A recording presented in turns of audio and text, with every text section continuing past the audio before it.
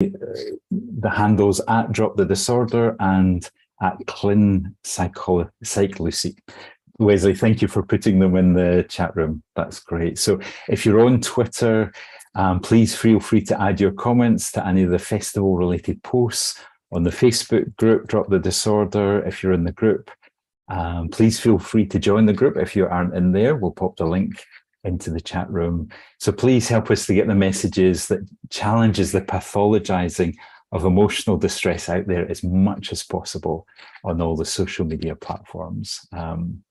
We are also doing a little bit of live streaming into social media as well. So I've just turned that on. So warm welcome if you're out on Facebook or Twitter or LinkedIn. So we're on YouTube as well. So we're going to do some of the introductions on social media. So if you're out there, you're seeing us for a few minutes, click on the link and the social media post, get registered for the festival and come in and join us here in Zoom. So we're not going to have all the presentations out there. So we're just going to do little snippets, maybe the first couple of minutes. So come and join us here in Zoom. If you're already in Zoom, you don't have to go anywhere. You are in the right place. There's nothing else to do for you. We want to say a little bit about the chat room as well. So in these kind of in-between spaces that we're in just now, like what we've been doing, the chat room is the place that we're going to be in community and talking with each other and chatting. And it's just so much fun when we're doing that. We can really feel the energy of the group as well. We're going to really ask you during the presentations to not be using the chat room for those kinds of interactions. And Wesley's going to be pasting bios and links and information about the speakers. And then we're kind of going to have a bit of quiet time where we're listening to the speakers and the panels and the videos that we're playing. When we come to the end of those presentations, we're going to unmute all the microphones so that we can make a bit of noise and we can have some appreciation for the speakers. And that's also going to be a time to use the chat room to say thank you, give us a sense of how you've experienced the presentation. So we're kind of looking forward to that interaction. So please be ready to use your microphones. We'll do a bit of applause. There might be a bit of whooping and cheering, depending on how you've experienced the presentation, and please use the chat room during those times. And then when we go into the next presentation, we'll kind of go into that more quiet mode. The microphones will be off, the chat room will be quiet. So we'll just be in that kind of rhythm throughout the day. And we also want to really remind us all, including myself, about really holding each other in a place of safety. So really thinking about how we use the chat room so it can feel like a safe and a secure place, and really communicating with each other respectfully as well. So I'm just thinking, you might have some questions for the panel discussion, and we're going to take those questions by email. And I think Wesley's just going to put the email address in the chat room. And if you can mark your email clearly, questions for psychiatric drugs panel. So put that in the subject and send it by email, or questions for climate change panel. Send the email in, and Joe's going to share those with the panel. So great. Thank you, Wesley. We've got that information in the chat room too. We've got two short breaks today, one at 11 o'clock and one at 3:30 p.m. UK time. So really, we're going to go for a couple of hours, take a little break, and then we're going to go through for another few hours and take another short break. We're not pausing for lunch just because there's so much jammed into the program. There's so much good stuff today.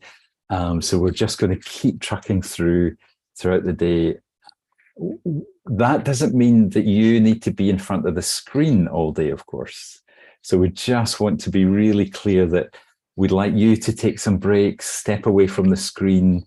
If you can move around, if you can stretch, because we're recording everything today.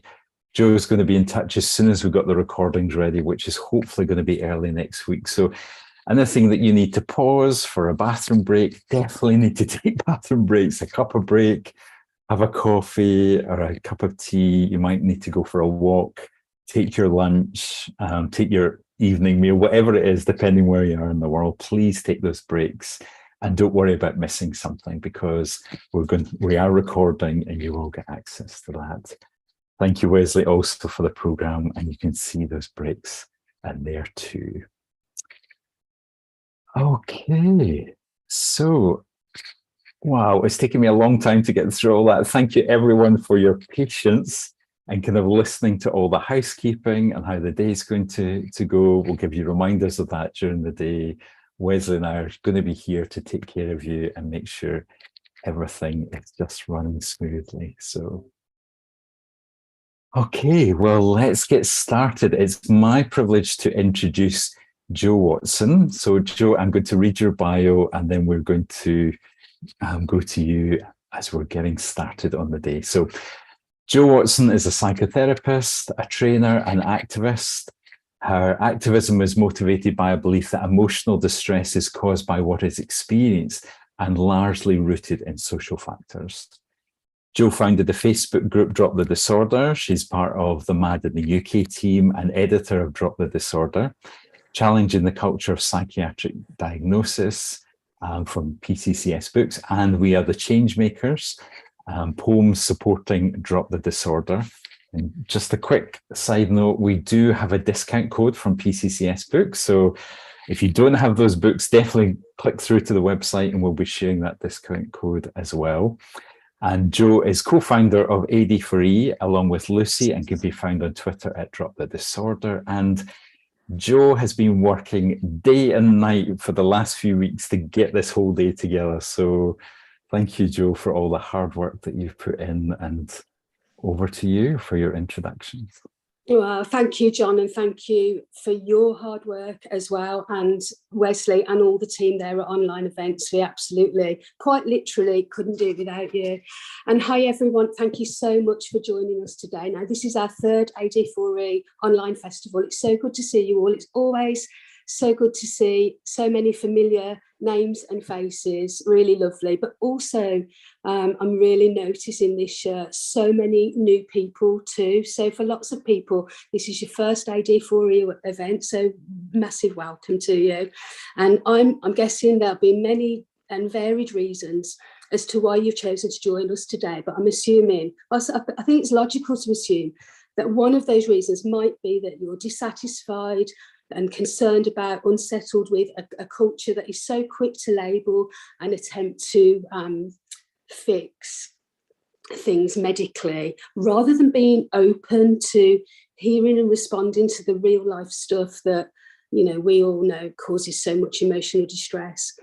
Now, for many others, you're here because, well, you support these events and you support the wider discussion, and you have done, many of you, for a very long time. You come to our various gigs throughout the year, the Crucial Conversations events that we have when allies write new books, and the poetry events where people share all kinds of experiences related to a culture of diagnosis and disorder. And you're supportive on social media, and you're often trying to challenge the pathologising language out there that medicalises and dehumanises people.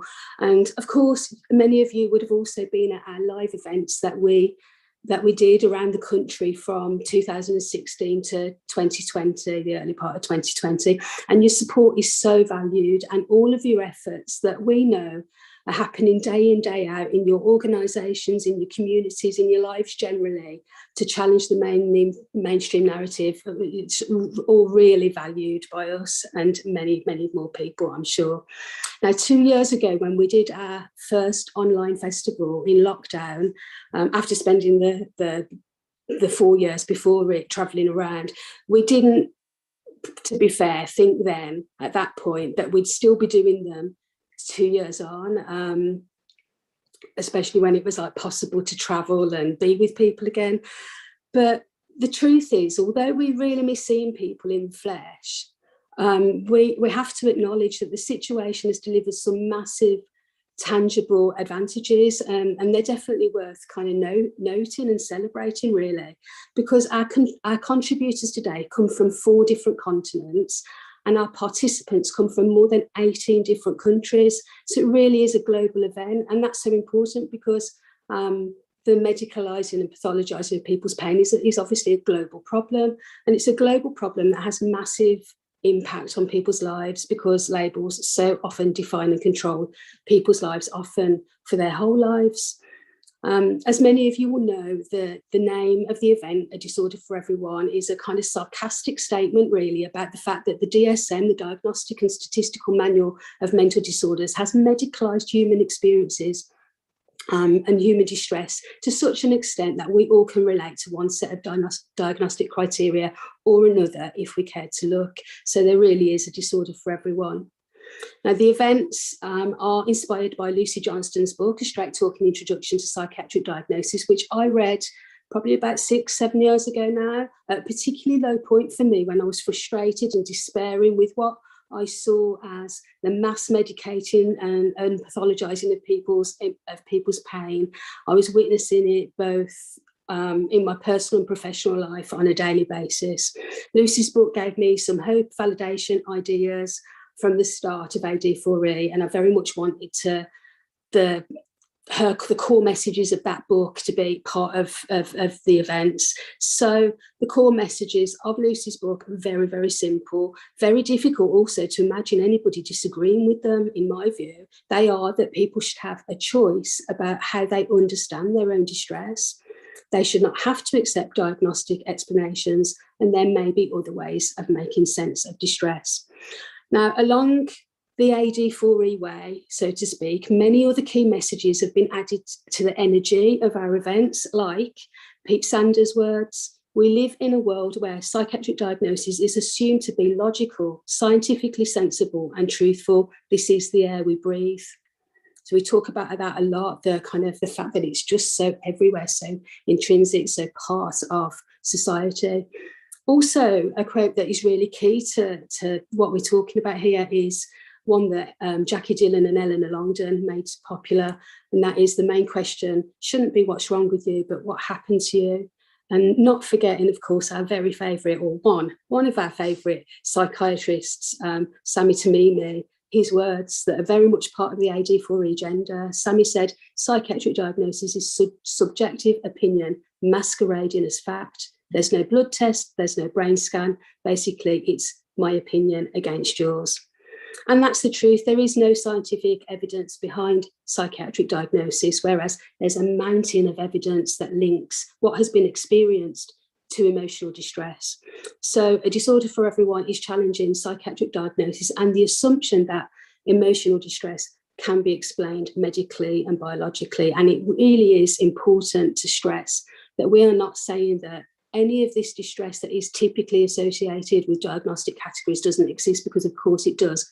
But we are questioning whether the diagnostic and medical explanation is the best, most accurate way of understanding it, and definitely challenging the fact that this mainstream narrative is so often imposed as truth with no information about the controversy over its scientific validity.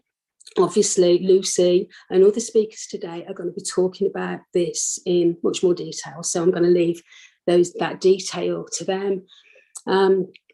One of our panels today, a panel that's happening this afternoon, is asking the question, are we on the brink of change? And it's not that I haven't thought about this before, but it got me thinking about it in relation to what I say at the beginning of these events, because usually in the introductions, I'm kind of generally focusing more on the harm and the injustice and all the reasons why we desperately need a different way of understanding and responding. And none of that is any different. That's kind of still the same. And of course, we're going to hear a lot about that today, a lot about the harm, a lot about the injustice. But I wanted to mention some of the hopeful stuff, because all this is real too. So firstly, I am personally so aware of the work that's being done in organisations with people demanding changes in policies and procedures, changes in how the use of language in their workplace.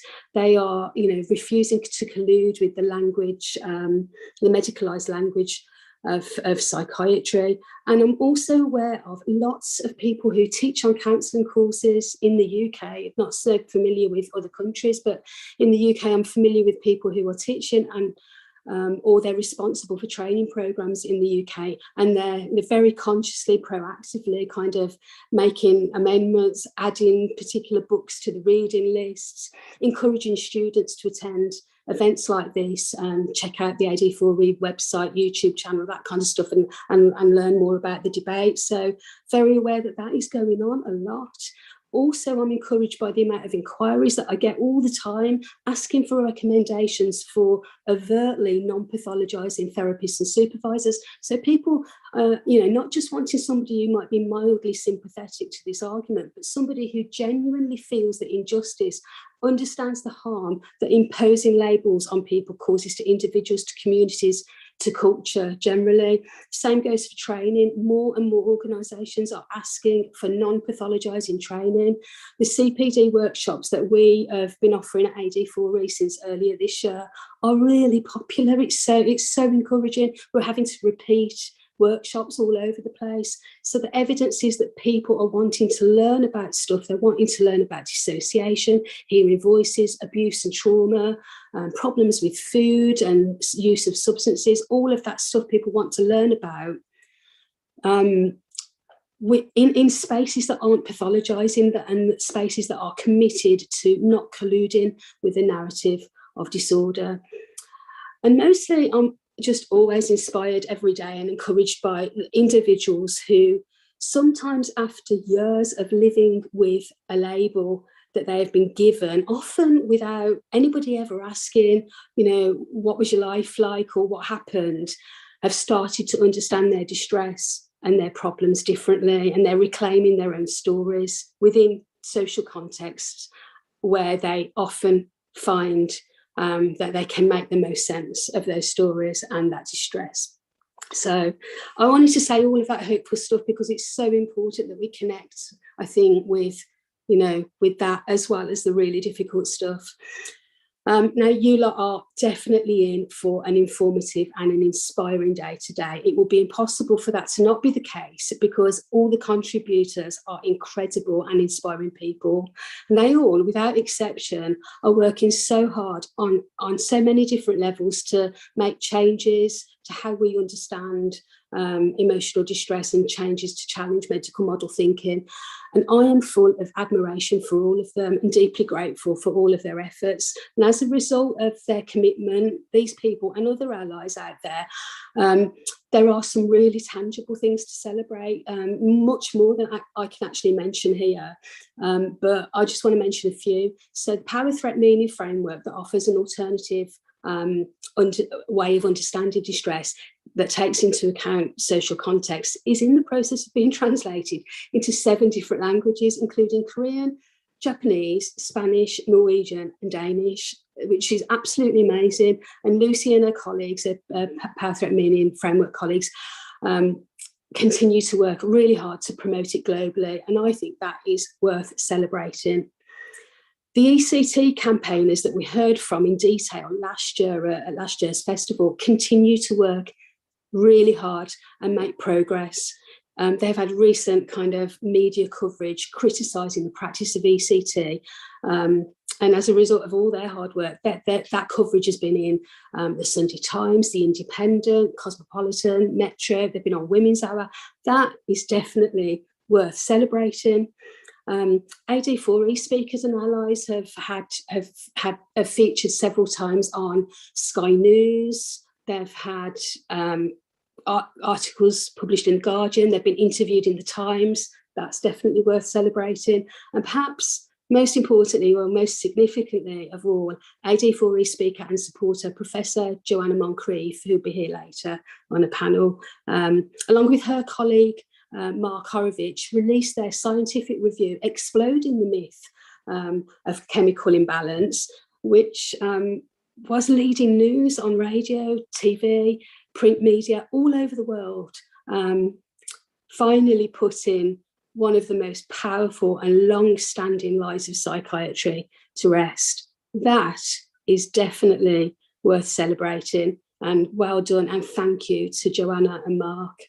And well done and thank you to every single one of you who is part of change and part of the change which is surely on its way.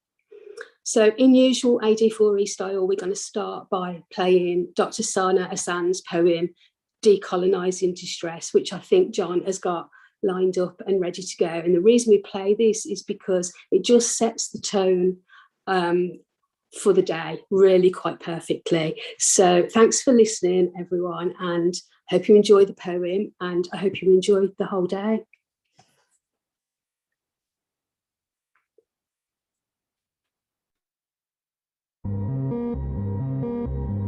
This world will tell you to keep your distress in sealed letters of lips behind shiny white envelopes that no one need read. They will stamp it with a diagnosis, label your suffering an illness.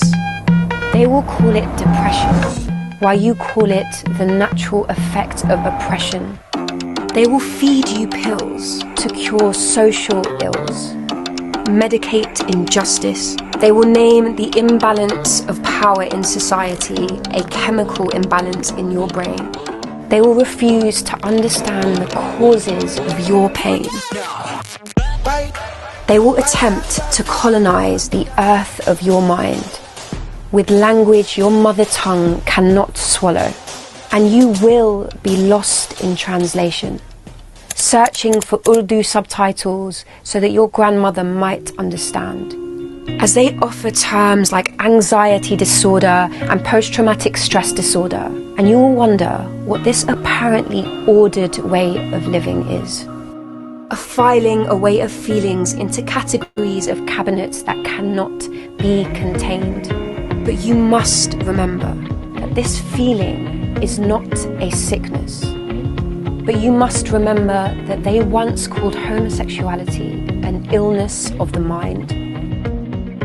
Remember that there was a time that they once labelled runaway slaves as mentally ill for desiring freedom. Remember that they still deem psychosis as a black disease. So please remember and keep feeling. Keep feeling. Cry on the tube in front of passing strangers. Wear the cuts on your thighs like beautifully inked tattoos. Put your sadness on like it is the silkiest shirt in your wardrobe. Two-step with the grief anchored to your feet like they're your freshest pair of Air Force Ones. So let your tears fall in protest. Release your rage in revolution to a world that is terrified of unfiltered and unedited truth. Do not dilute your heart. Gather community around the table so you can feast in this feeling. Let their sorrow and joy be a convoy to ride together out of this societal warfare. Show them that your tenderness packs muscle, that this tenderness is shared, that this suffering is to be understood at the collective, not only the individual perspective.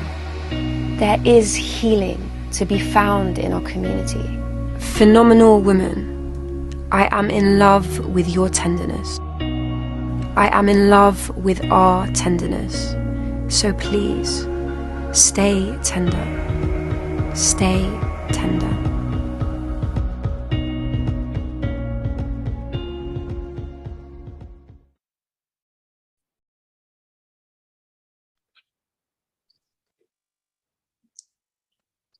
So I just want to thank Sana for that amazing poem, and also alert people to the Guardian article that Sana wrote last week with the headline, "I'm a psychologist and believe we've been told devastating lies about mental health," which actually went very viral.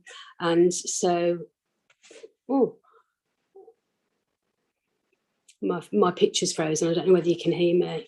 Yeah, loud and clear, okay. Joe. Everything's good to you. Yeah, so that actually went viral. So really encourage people to have a look at that. So I think Wesley's going to put that in the chat room now. So now, as always, my pleasure to introduce Dr. Lucy Johnston. She's a consultant clinical psychologist, author of a number of books and publications, taking a critical perspective on psychiatric theory and practice. She was lead author along with Professor Mary Boyle of the Power Threat Meaning Framework 2018, a Division of Clinical Psychology funded project to outline a conceptual alternative to psychiatric diagnosis. Lucy worked in adult mental health settings for many years and currently works as an independent trainer. She's co-founder of AD4E and an all-round good egg. So here's Lucy. I've just got to do something with her computer, so and turn my volume off. So bear with me. Just going to take a minute or two to do those little tech adjustments. So yeah.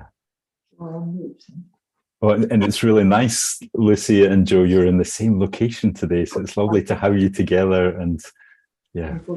Yeah. And I'll put mine down. So you might hear just a little bit of echo as we sort out the audio and get the slides up. So please don't adjust your set, as you used to see on the television. We'll have that settled in a moment. When the moment's right, we'll also get Lucy unmuted, I think, so that we've got your microphone. And I'm unmuted, yes, there's no echo, so now I only have to get my slides up. Is that right? That's the next bit to do, yes. We'll take a moment to do that. Hello everybody, it's lovely to be here, and I'm the world's worst person at tech, even with Joe sitting next to me.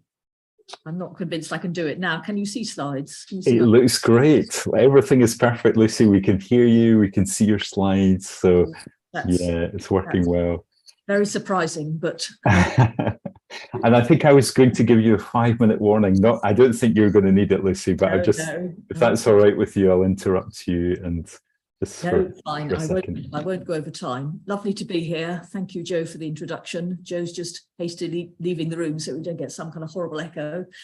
And lovely to be introduced to old faces and new faces, and we've started the festival already in 2 traditional ways: Joe's introduction and Suna's poem. The third thing we usually do at these events is do a brief overview